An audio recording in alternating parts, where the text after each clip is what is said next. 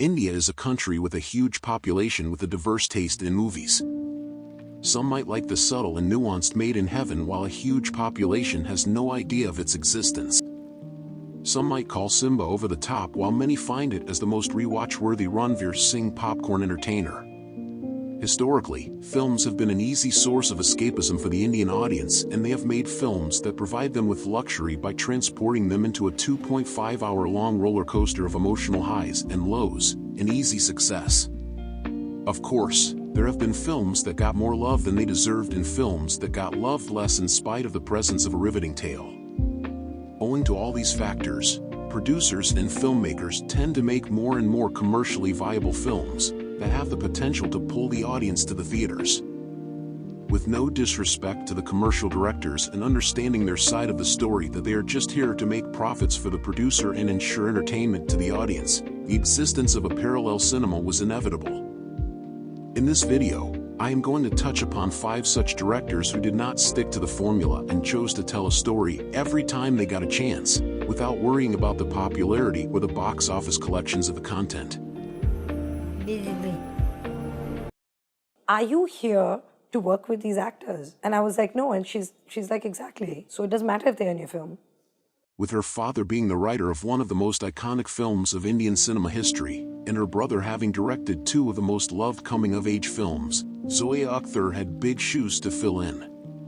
Having made her debut with the 2009 released Luck by Chance, a rags to riches story about an actor's struggle which struck a chord with many struggling actors at the time of the release, Zoya went on to direct Zindagi Na Milegi Dobara, a road movie about 3 friends and their suppressed and unexplored emotions. Sheila Ki Jawani from Bombay Talkies, A Child's Journey of Self-Discovery, was a sweet little narrative about a child having what the world considers feminine ambitions. Dil Dhadakne Do, a movie about a dysfunctional family on a cruise trip, touches upon patriarchy, sexism, and family dynamics without being preachy. Just as the world was ready to stamp her as an elite director who makes movies about concepts that are alien to the masses, she came up with nuanced narratives like her short From Lust stories, where delicate emotions and the power hierarchy are skillfully handled, and Gully Boy, another rag-to-riches story that is poles apart from the one she did previously. She had a fair share of experience in the horror genre too with her short and ghost stories. Dibakar, be very careful about this tyranny of originality. Kuch original nahi hota hai, you make. Something like that he had said. Making his debut in 2006 with the dark comedy Khosla Ka Ghosla, a film about a family and the problems they face surrounding a housing property, Dibakar Banerjee went on to direct the cult film with the talented actor titled Oi Lucky, Lucky Oi, which dealt with the journey of a thug. One of the pioneers of dark comedies went on to direct the controversial Love, Sex or Dhoka, the promotional materials that blew the minds of Indian audiences when they were telecasted on television in 2010. The anthology film dealt with the 3 emotions, namely love, lust, and betrayal, and was mostly shot using a camcorder and CCTV cameras, which were gutsy and provided a never-like-before experience to the audience. Sharing a similar theme of murder mystery, the genre of Shanghai and Detective Byungkesh Bakshi were totally different in their approach. While the former was a political drama, the latter was a detective thriller. His last film, Sundeep or Pinky Farrar, which dealt with class, gender, and socio-economic disparity in the middle of a cat and mouse pursuit, had its moments but failed as an engaging, cohesive narrative.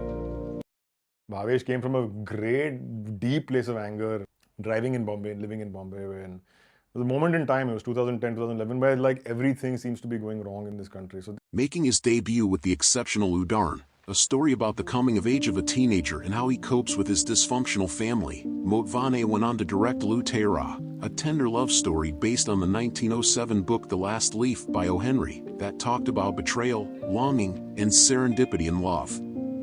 Trapped was a survival thriller where the cast included Rajkumar Rao, or Rat, in a vacant room. Thanks to the thrilling narrative and exceptional acting, Motvane was able to pull off a delight to the cinephiles.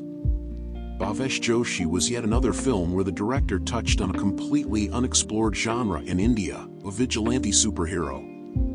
Keeping the hero grounded and the conflicts palpable were some other USPs of the film.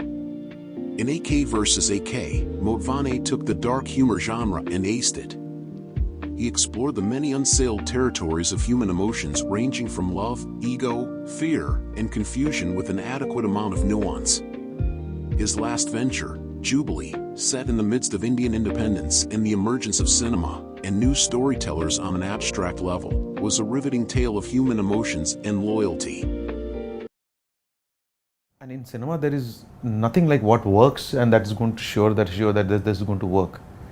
And I don't understand that this works. What works in an art nobody knows, Making his debut with the 2012 sleeper hit, Vicky Donor, a low-budget film starring the then-debutant Ayushmann Khurrana about sperm donation, which was considered to be a taboo topic in the country, went on to win a National Film Award for Best Popular Film, providing wholesome entertainment. Best Supporting Actor for Anu Kapoor and Dalia Luvalia. Shujit Sircar went on to direct Cafe Madras, a film set during the time of Sri Lankan Civil War and talks about the assassination of the then Prime Minister Rajiv Gandhi. In his next two films, Piku in October, he chose to tell a more nuanced human tale. While the former was funny and heartwarming, the latter was emotional and heartbreaking. His next two films, Gulabao Sidabao and Sardar Udham Singh, were direct OTT releases. While one was a tiring watch of a story set in Lucknow about two exasperated men, another was a well-written story about a freedom fighter and the struggles he goes through to bring justice for the ones who left their lives for the country. You take a story and you want to make a Pirates of the Caribbean out of it, so it becomes Thugs of Hindustan. The thing is, you never make the original root of the idea into a film, because that in your head that can't be cinema. Saving the best for the last, Anurag Kashyap is a unique filmmaker to have assisted Ram Gopal Varma in films like Sathya and Khan. Kashyap has an underlying theme of his every story world being dark, but the story world differs. He is known to show a different world, which even being familiar seems fantastically alien. His debut made a noise in the entire film industry with Black Friday, which was based on the 1992 Bombay bomb blast. He went on to do No Smoking, a dark comedy about a man wanting to quit his carcinogenic habit. His 2009 cult movie was based on a Bollywood classic Devdas. He then went on to direct the most sought-after crime duology that is regarded as one of the best in Indian cinema, Gangs of Wasseypur. A blend of ancestral trauma, situational and dark comedy, violence, and revenge, blew the minds of the Indian audience across borders. That is it for this video. See you in a new one. Thank you for watching.